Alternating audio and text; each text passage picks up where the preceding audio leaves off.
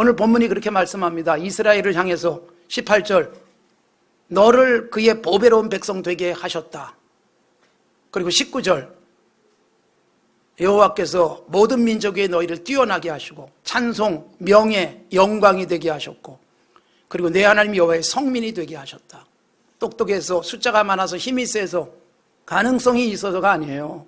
다 죄인이에요. 그 중에 몇 사람을 뽑으셔서 은혜를 주시고 하나님의 백성이 되게 하신 거예요. 다 멸망받아 마땅한데 하나님이 그들을 뽑아서 은혜 주시고 그 백성 삼으시고, 그리고 한번 백성 삼으시면 끝까지 보장하십니다. 이게 여러분 하나님의 은혜입니다. 하나님이 절대로 버리지 않습니다. 한번 하나님의 것으로 삼으시면. 사람들은요, 넌 내 거야 그러면서 여러분 조금 있다가 버리는 일들이 얼마나 많아요. 당신 없으면 내가 못 살아. 그리고 결혼도 하고 버리기도 하고. 그게 여러분, 그래서 신명기에 그 부분이 나오는 거예요. 거기에 대한 경고의 말씀들이. 그리고 여러분, 아이를 입양했다가 파양을 하는 불행한 일들도 일어나요. 그리고 여러분, 동물들도 요즘은 뭐 비싼 돈 주고 사서 그리고 버리는 일도 일어나요. 한쪽에서는 막 동물을 너무 귀하게 여기는 사람들도 있고. 지난번에 대구에 갔더니 그쪽 지역에 그 화장장이 하나 생겼어요. 대구는 아니고 그 경상북도 쪽에. 근데 여러분, 그쪽에 사시는 분이 이런 얘기를 해주시더라고요. 요즘은 화장장에 가면 우는 사람이 없대요. 장례식 하는데.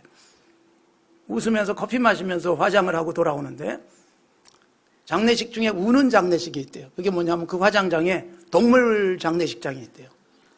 조문객도 온대요. 부의금도 받는데요. 목사님, 이게 여기서 직접 본 현실입니다 그러더라고요. 그러니까 막 짐승 장례식 하면서 뭐 상상이나 가능합니까? 장례식이.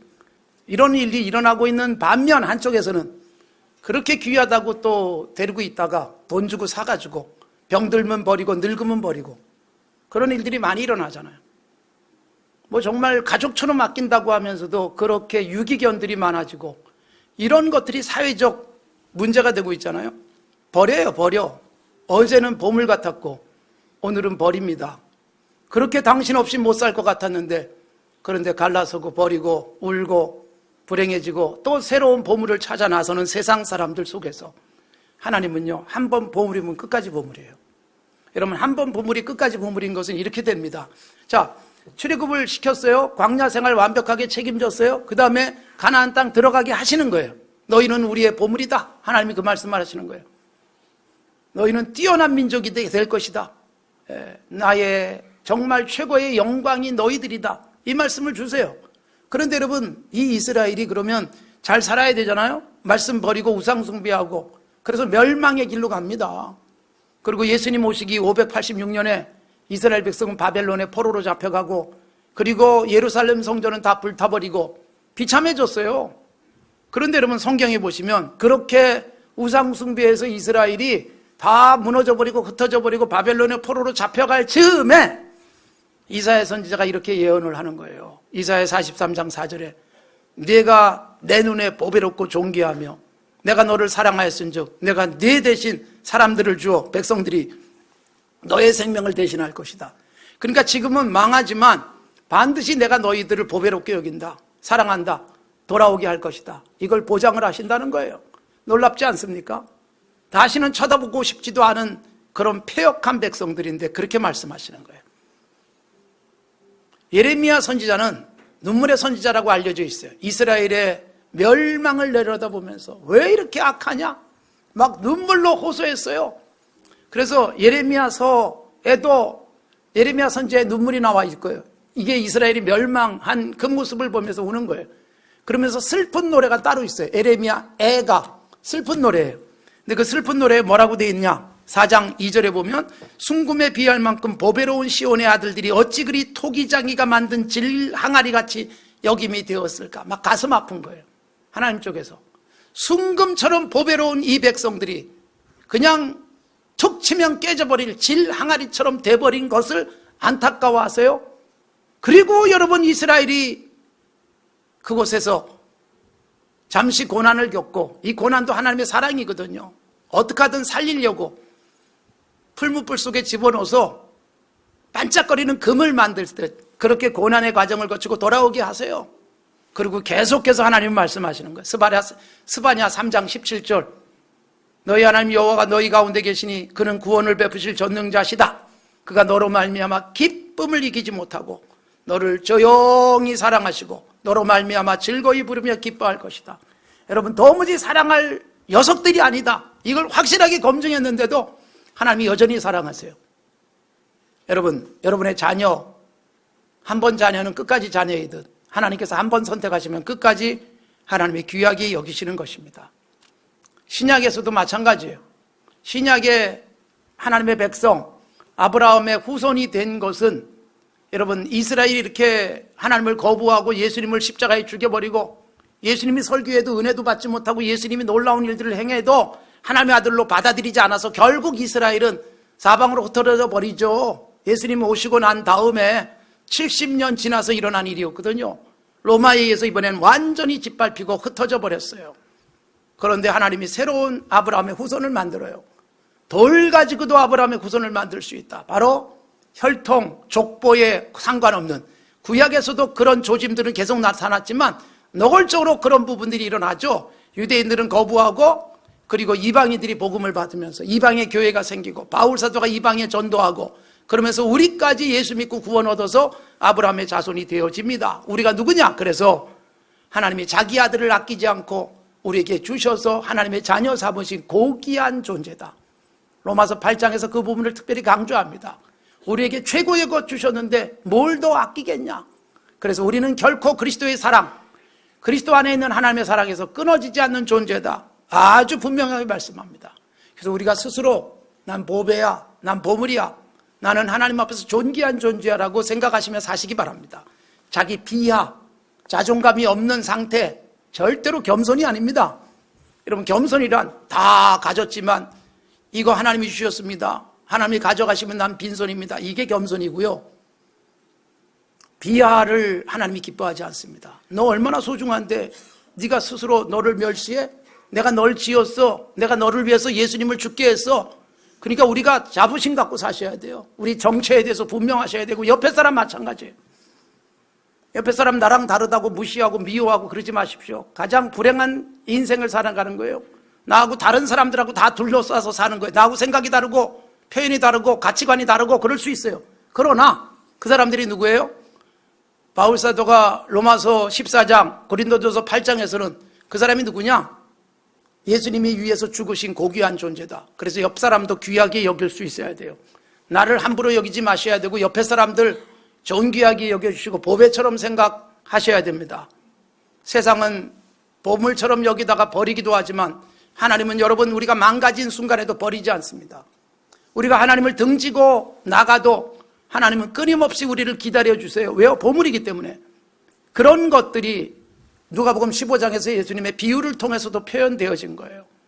끊임없이 돌아오기를 기대하시는 하나님의 사랑을 보여주고 있습니다. 자, 이렇게 하나님은 우리를 보배롭게 여기는 거예요. 한번 선택하시면 끝까지 놓지 않으세요. 그런 하나님, 그 앞에서 우리가 보배로 살아야 되는데 문제는 보물처럼 살지 않는 우리들이 문제예요. 여러분, 내가 분명히 보배예요. 하나님 볼 때는. 하나님은 보배로 여기는데 스스로 나는 보배라고 생각하지 않고 살아가요. 세상에 허망한 보물을 좇기 위해서 보배로운 인격을 버리고 보배로운 가치관을 버리고 하나님의 말씀이 나를 보배롭게 만들 텐데 말씀을 던져버린 채 내 생각으로 말씀을 짓밟아버려요. 그러니 누가 봐도 돈은 좀 있는데 보배 같은 사람이 아니에요. 세상에 그런 사람 많잖아요. 돈은 많은데 아무리 봐도 보배는 아니에요. 천박하게 이를 데가 없어요.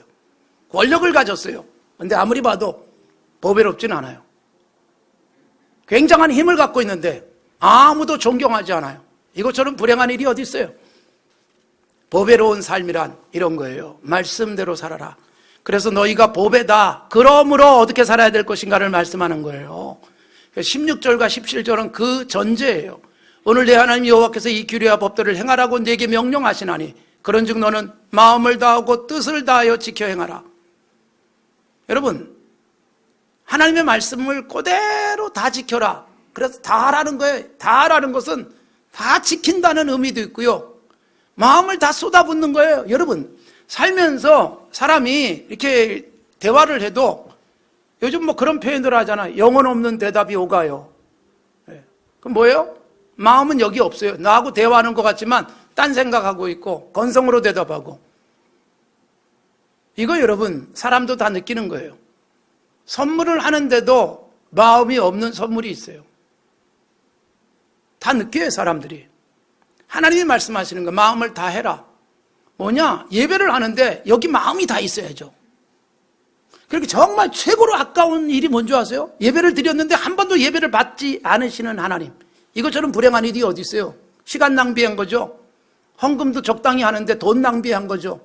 하나님이 한 번도 내 헌금을 받은 적도 없고 한 번도 내 예배를 받은 적이 없고 한 번도 내 입술의 찬송을 받은 적도 없다면 불행한 일이잖아요. 다 해라예요. 다. 다란 99% 정도 했다는 것이 아니에요. 다 쏟아 부어라 그거예요. 하나님 쪽에서 우리를 사랑하실 때 다 주셨어요.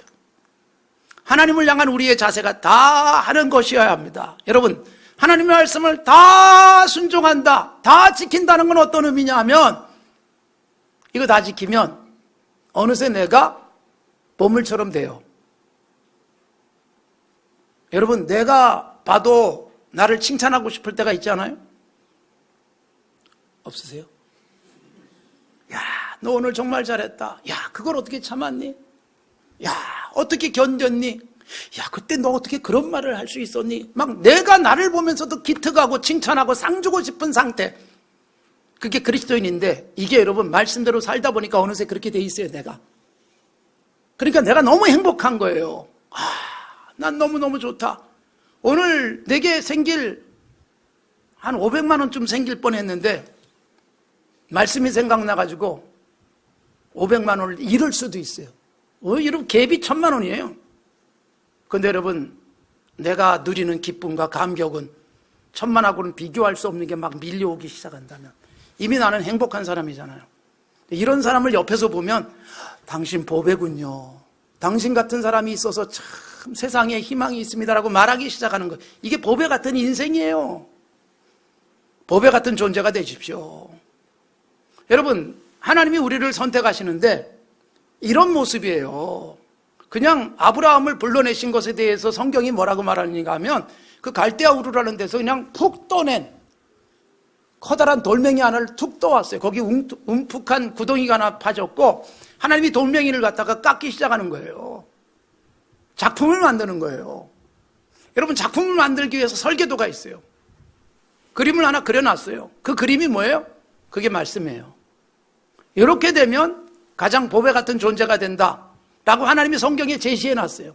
그래서 우리가 어떻게 해요? 말씀대로 살다 보니까 한쪽이 깎여나가고 모난 부분이 부서지고 날카롭던 부분이 부드러워지고 그리고 어느새 설계대대로 거의 윤곽이 잡혀가요.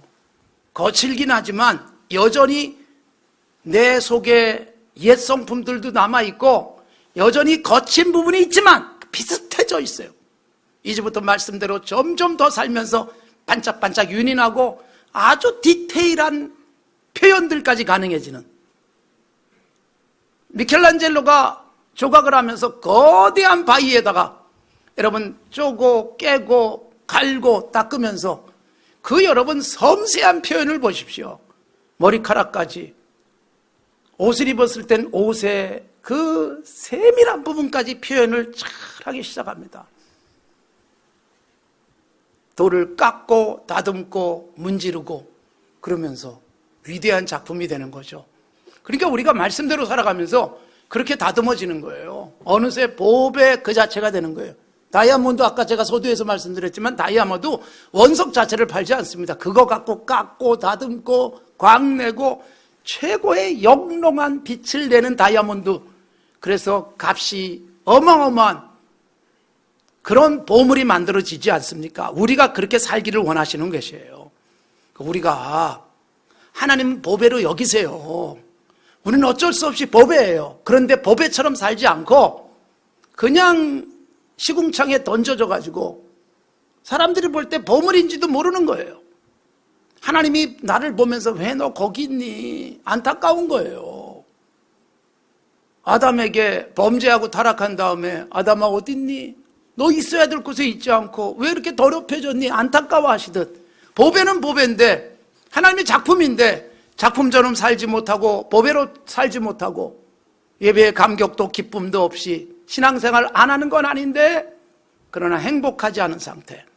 사랑하는 성도 여러분, 우리가 보배가 되어져야 합니다. 정말 보배 같은 그리스도인으로 살아가는 게 뭘까요? 교회에서 헌금 많이 하고 교회 생활 열심히 하고 목사가 되고 장로가 되고 권사가 되고 집사가 되고 직분 때문에 보배라고 여길까요? 여러분, 한국교회 대부분의 문제가 바로 그런 오래 교회 다니고 이런저런 직분을 가진 사람들로 인해서 교회가 문제가 생기고 갈등하고 교회도 보배 같은 교회가 아닌 세상 사람들이 손가락질하는 교회가 돼버리고 보배로서의 가치를 잃어버린 모습들이 얼마나 많습니까? 이거 불행한 일입니다. 누가 봐도 보배처럼 여겨지진 않아요. 객관적 모든 조건을 보면. 그런데 속에 들어보니 보배 같은 가치관이 삶의 현장에서 구체적으로 실천되어지는 거예요. 야, 당신이 보물입니다. 당신이 보배입니다. 이게 여러분 그리스도인이어야 되는 거예요. 그러니까 말씀대로 살다 보니까 보배로 불러주셨는데 어느새 보배답게 살아가는 거예요. 보배답게 내가 변하는 거예요. 1950년 10월 18일 날 인민군이 후퇴하면서 죽이고 갑니다. 고당 조만식. 늦게 예수 믿었어요. 청년 때 술 좋아하고 그냥 세상의 즐거움 누리고 살던 그가 예수님 만나고 난 다음에 인생이 확 바뀌었어요. 믿는 대로 삽니다. 헌신하고 희생합니다. 굉장한 자리에 있었기 때문에 그를 보배라고 여기지 않습니다. 그는 여러분 월남을 권유했지만 머리카락만 잘라서 흰 봉투에 담아서 부인 되시는 전선의 권사님에게 보내고, 그래서 그분의 머리카락이 지금도 국립현충원에 있고 우리가 10월 달마다 거기 가서 예배를 드리지 않습니까? 내가 1000만 우리 형제들과 함께 여기서 고난당하며 있겠다, 내 편하려고 내려가지 않겠다라고 다짐했던 그분을 우리는 보배처럼 여기는 겁니다. 이 땅에서 여러분 권력을 잡고 세상 사람들에게 보물처럼 여겨지는 자리에 앉았지만 역사 속에 여러분 짓밟히는 인물들이 얼마나 많습니까? 그러나 그분은 보물이었습니다. 거기 있어서 그냥 거기서 그렇게 생을 마감하셨지만 보물이었습니다. 10월 20일, 10월 18일이 그분의 천국 가신 날이라면 10월 20일이 여러분 무슨 날인지 아십니까? 간의 날이에요. 간의 날. 간 질병을 예방하고 간에 대한 이런 경각심도 일으키는 간의 날이 왜 10월 20일이냐? 한국의 슈바이자라고 불렸던 장기려 우리 교회 장로님께서 간 대량 절제 수술에 성공한 날이 10월 20일이에요. 그날을 간의 날로 정한 거예요. 외과 의사로서 최고의 능력을 인정받았던 그분. 그런데 여러분, 그분은 외과 의사였고 기가 막힌 수술 능력을 가졌기 때문에 보배가 아니었습니다. 그분이 믿는 대로 삶을 살았습니다. 사람들이 감동을 받습니다. 하나님이 나를 왜 의사로 세웠는지에 대한 분명한 의식을 가지고 그대로 가치를 실천하며 살았기 때문에 역사 속에 보물로 남았습니다. 여러분, 율법이 있기 전에도 창세기 속에 보면 보물 같은 존재가 있습니다. 요셉이라는 인물은 부잣집에 사랑받는 11번째 아들, 아버지가 명품 옷만 입혀주는 그런 아들이었습니다. 그런 아들이 어느 날 옷도 찢기고 그리고 처참한 이집트의 노예가 됩니다. 그런데 여러분, 그때부터 그는 반짝거리는 보물이었습니다. 율법이 없던 그 시대에도 그는 하나님 앞에 서 있었어요. 율법의 핵심이 뭐냐? 하나님 앞에 살아라, 그건데 이미 율법 없을 때 하나님 앞에 서 있듯, 그래서 여러분 더럽히지 않습니다. 옷은 다 찢겨졌어요. 명품 옷은 벗겨지고 그의 신세는 처량해졌지만 그는 보배가 되기 시작합니다. 그리고 30세에 최고의 빛나는 이집트의 총리가 됩니다. 그의 아버지는요 130세가 돼서야 겨우 거룩한 반열에 올라가요. 100년이 빨라요. 아버지보다. 여러분, 나를 보물로 만드는 것은 내가 입고 있는 옷, 내가 살고 있는 집, 내 재산의 과다가 아닙니다. 깨끗하게 하나님의 사람으로 살아가는 것이고, 다니엘이 그리고 그의 세 친구 하나냐, 미사엘, 아사랴가 이스라엘이 다 멸망한 다음에 바벨론의 포로로 잡혀가면서 펼쳐지는 일을 보십시오. 그들이 결심을 해요. 깨끗하게 살자. 뭐예요? 율법대로. 음식을 먹어도 율법에 저촉되지 않게 먹어요. 어떻게 됩니까? 고난을 겪는데, 여러분 놀랍게도 경쟁사회 속에서 수많은 사람들이 어떻게든 끌어내리려고 하는데, 그 나라의 왕, 바벨론의 왕, 그리고 파사의 왕은 그들이 다칠까봐, 그들이 섬기는 하나님이 풀무불 속에서도 건져냈을 거야, 사자굴에서도 건져낼 거야 라는 믿음을 오히려 이방의 왕이 갖습니다. 왜요? 그들이 내 앞에 있는 게 너무 좋기 때문에, 그들이 진짜 보물이라는 걸 인정했기 때문에 자기 나라의 수많은 인재들 다 제껴놓고 포로로 잡혀간 그들이 보배처럼 느껴지는 거예요. 왜요? 하나님의 백성답게 살기 때문에, 말씀대로 살기 때문에. 그래서 보배로 인정받는 거예요. 여러분, 뛰어난 민족 되게 하시겠다, 보배로운 존재다, 그리고 거룩한 백성이 되겠다. 유태인들이 그래서 여러분 이런 말씀들 가지고 이렇게 착각하는 경우가 있어요. 유태인들 일반적으로 여러분 가장 뛰어난 민족이라고 생각하시죠. 전 세계 인구의 0.2%밖에 되지 않지만 1500만 명. 그럼에도 불구하고 노벨상 받은 사람은 전체 노벨상 수상자의 20%가 유태인이에요. 전 세계 인구의 0.2%가 노벨상 수상의 20%. 미국에 살고 있는 유태인이 2%예요.